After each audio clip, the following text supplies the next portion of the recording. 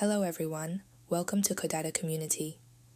In this demo, we will look into the differences between professional submission and regular submission, and we'll walk you through the process of submitting professional submission as well. After clicking on Start under Crypto module and scroll down to where it says Professional Submission, you will see a couple of activities and categories for professional submission.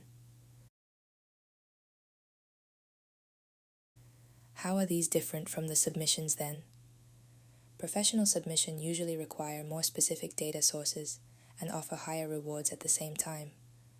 For example, under Exchange Hot Wallet tasks, the tasks will have specific entity and categories listed. Also, we are looking for really detailed evidence and descriptions. Overall speaking, the authenticity of the data submitted is the most important criteria of all. Let's complete a professional submission together.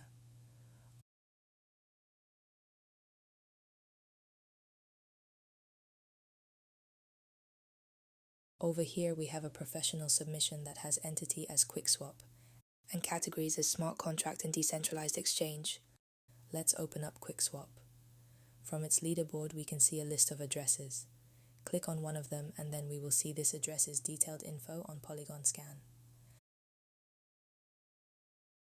Let's check out one of its transactions. After filling out professional submission form with info you find on Polygon scan, click on Submit, and a prompt like this will show up. From the History tab, you will have access to the submissions and professional submissions you have made before, and the status of each one.